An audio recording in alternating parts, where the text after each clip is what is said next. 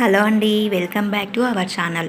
ఈరోజు మనం పచ్చి కొబ్బరితో లడ్డూలు ఎలా రెడీ చేయాలో చూద్దాం. ముందుగా మనం కొబ్బరిని అయితే వాటి చెక్కు తీసేసి నీట్గా కడిగి ఇలా చిన్న చిన్న పీసెస్లా కట్ చేసి పెట్టుకోవాలి.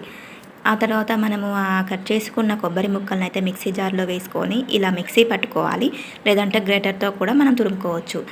నేనైతే ఇలా మిక్సీ పట్టుకున్నాను. మిక్సీ పట్టుకున్న తర్వాత ఈ పొడిని అయితే నేను ఒక బౌల్లో వేసి పెట్టుకున్నాను.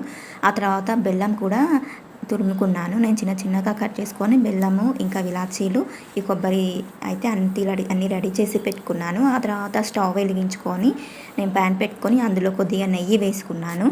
ఆ తర్వాత అందులో మనము మిక్సీ పట్టుకున్న కొబ్బరిని అయితే నేను వేసాను.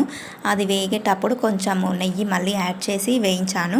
ఇలా మనం వేయించుకున్న తర్వాత కొబ్బరిని పక్కన పెట్టుకోవాలి. అదే ప్యాన్లో మనం అయితే బెల్లం తీసుకోవాలి. నేను 1 కప్పు బెల్లం తీసుకున్నాను. అదే కప్పుతో అరకప్పుకి కొంచెం ఎక్కువ వాటర్ తీసుకున్నాను.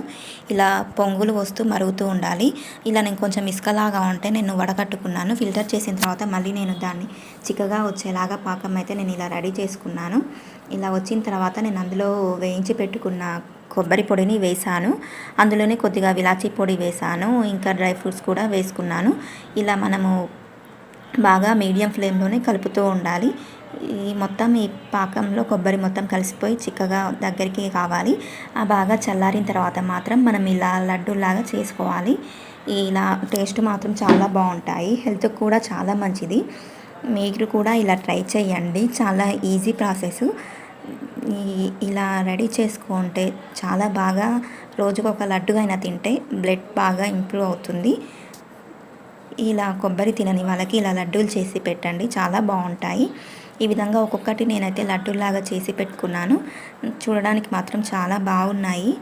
టేస్ట్ కూడా చాలా స్వీట్గా, బెల్లం కూడా చాలా బాగా సరిపోయింది. ఇలా కొలతలతో చేసుకుంటే చాలా టేస్టీగా వచ్చాయి. ఆ వీడియో మీకు నచ్చితే like, share and subscribe please.